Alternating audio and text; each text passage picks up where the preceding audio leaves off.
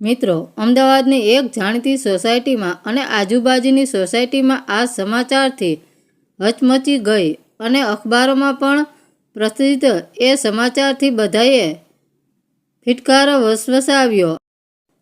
આ હળાહળ કળિયુગ છે. જુઓ કે આ ઉંમરે અશોકભાઈને આ શું સૂઝ્યું કે એમનાથી નાની ઉંમરની એમની દીકરી સમાન પલકને ઘરમાં બેસાડી.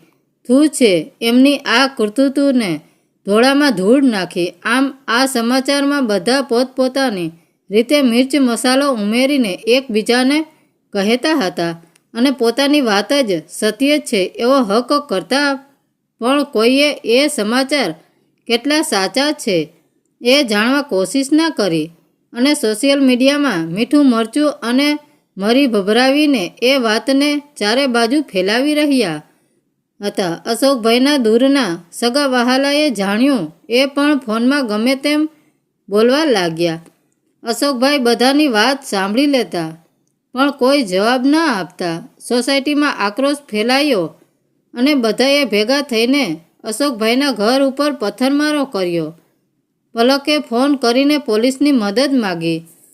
પોલીસ આવી અને બધાને સમજાવીને વેરવિખેર કર્યા, પણ પોલીસની ટીમ આવી હતી. એમાં એક લેડીઝ પોલીસ હતી. એણે બીજા રૂમમાં લઈ જઈને પલકની ઉલટત પાસ કરી. એમાં પલક ધ્રુસકે ધ્રુસકે રડી પડી અને પછી એને વાત કરી કે મારી મમ્મી સંગીતા, અશોકભાઈ અને મુકેશભાઈ એમ ત્રણેય સારા મિત્રો હતા અને એક મોટી કંપનીમાં સાથે જ નોકરી કરતા હતા. મારી મમ્મીને હું એટલે કે દીકરી જન્મી એટલે સાસરિયાએ છૂટાછેડા આપી દીધા. ત્યારે હું 3 વર્ષની હતી.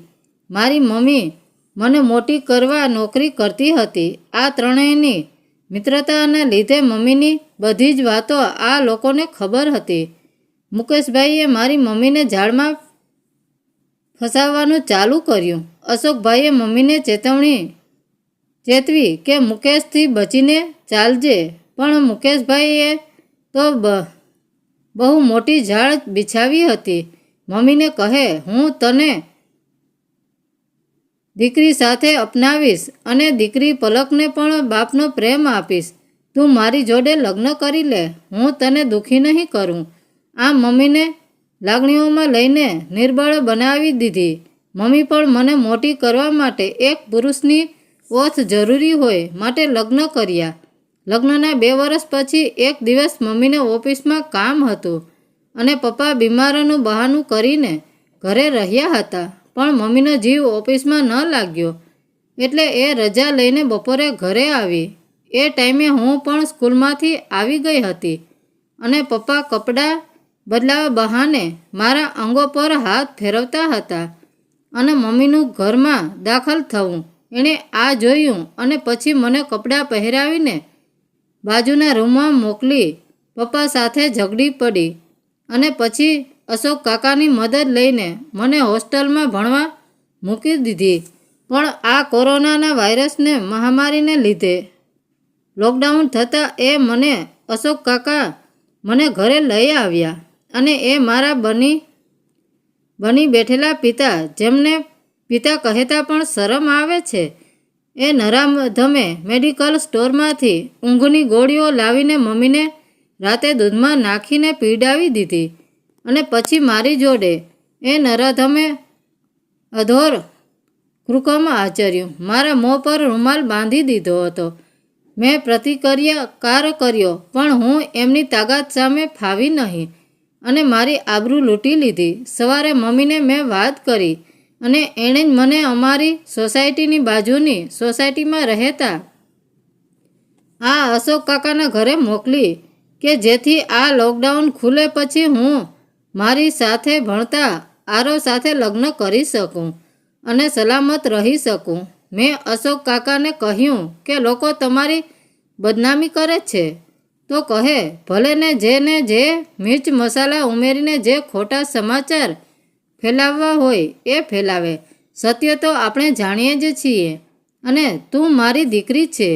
એ સંબંધ પણ એટલો પવિત્ર છે. બેટા, તારી બદનામી થશે તો તું જીવી નહીં શકે. માટે આપણે કોઈને જવાબ આપવા નથી, પણ તમે પૂછ્યું એટલે મેં કહ્યું.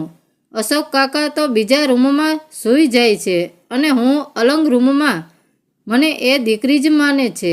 એમને પણ દૂર દેશાવરમાં મારા જ જેટલા દીકરો દીકરી છે અને એમના પત્ની જોડે વિડીયો કોલ પણ વાત થઈ ગઈ. એમણે પણ કહ્યું કે એમને વિશ્વાસ છે કાકા ઉપર, દુનિયા જે બોલવા દો, પણ પલકના લગ્ન આરવ સાથે થઈ જાય પછી વાંધો નહીં. પેલા પોલીસ બહેને કહ્યું કે તે આરવને વાત કરી. પલક કહે, હા, એણે પણ આ જ રસ્તો જ સૂચવ્યો છે કે એ નરાધમથી દૂર રહેવું.